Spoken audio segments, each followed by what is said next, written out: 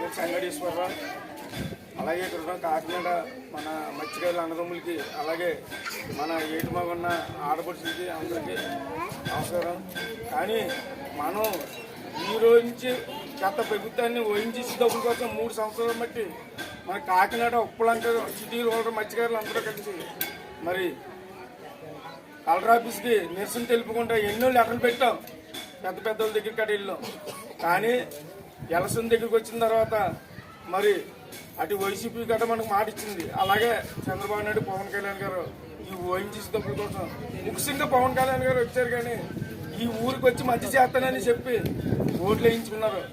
మేము ఇక్కడ నమ్మి వేసాం.